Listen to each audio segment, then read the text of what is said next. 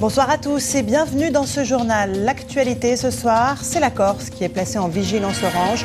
Tous les aéroports sont fermés en raison des rafales de vent pouvant atteindre 200 km/h par endroit. L'ouest du littoral est menacé par la force des vagues. Et puis dans le Nord-Pas-de-Calais, il y a eu de nombreux dégâts après le nouveau coup de vent d'aujourd'hui. Le scandale des prothèses mammaires prend de l'ampleur. Le ministre de la Santé veut de nouvelles règles sanitaires. Révélation ce soir sur Jean-Claude Masse, le patron du groupe PIP. Ses premières déclarations sur procès verbal sont édifiantes. Vous les entendrez dans un instant. L'éducation nationale au cœur de la campagne. Nicolas Sarkozy, en déplacement dans la Vienne, propose de redéfinir le métier d'enseignant. François Hollande, lui, dans la ville de Caen, maintient son objectif de 60 000 postes créés en 5 ans.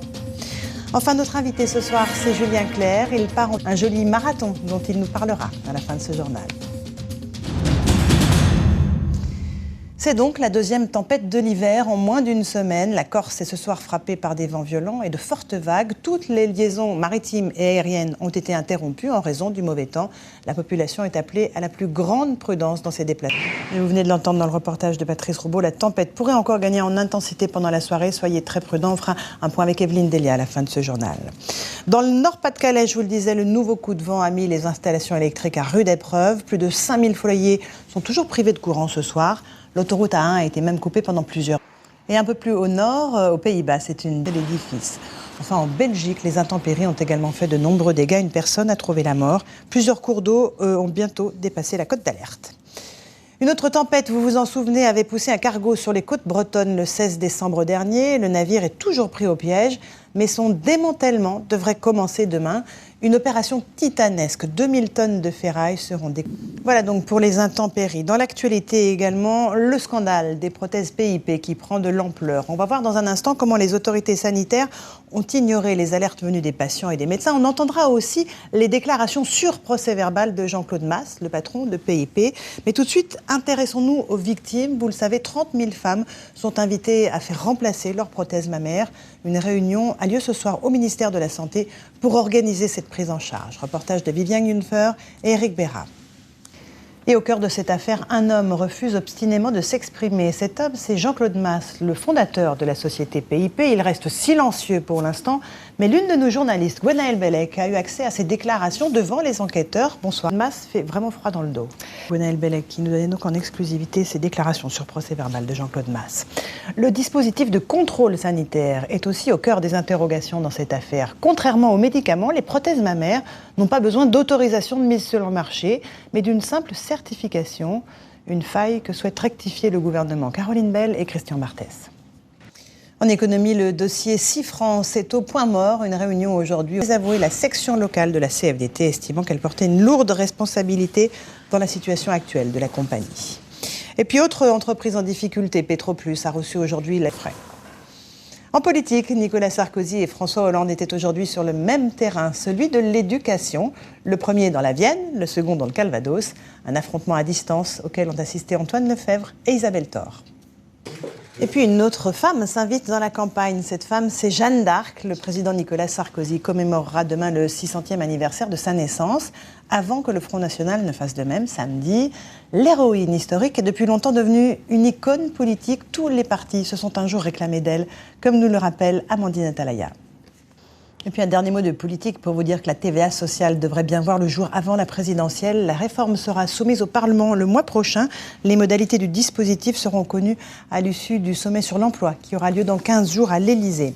L'emploi qui connaît d'ailleurs une crise sans précédent en Espagne. Là-bas, le taux de chômage vient d'atteindre le taux record de 21%. À cela s'ajoutent les hausses d'impôts et le gel des salaires des fonctionnaires décidé par le nouveau gouvernement conservateur.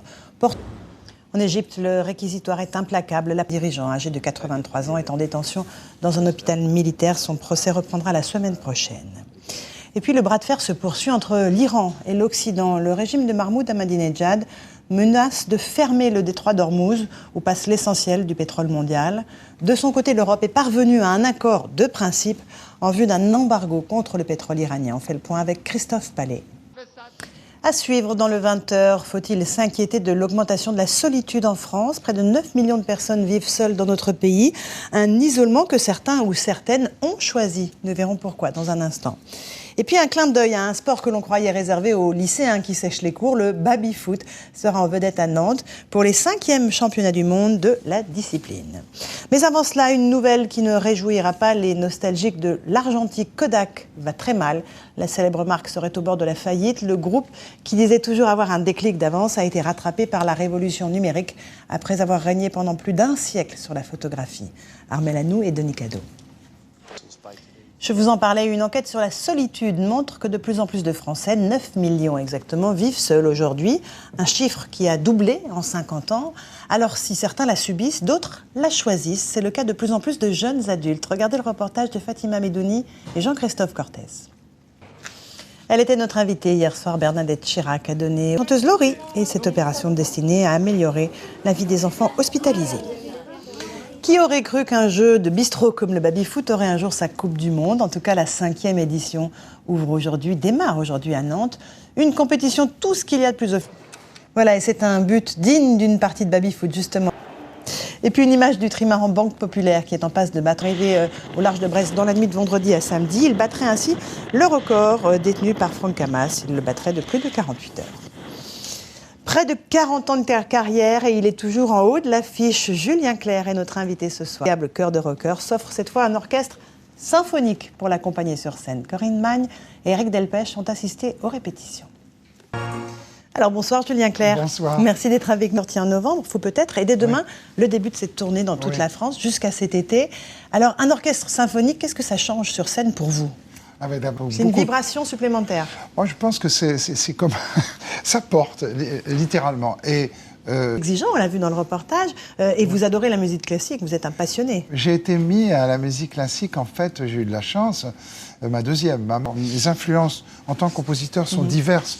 Mais la musique classique a une part très importante. Alors, vous allez retrouver tous vos fans. Hein. Ils ont tous les âges, ceux d'il y a 40 ans, et puis les jeunes d'aujourd'hui. Qu'est-ce qui fait la durée d'un artiste? La passion.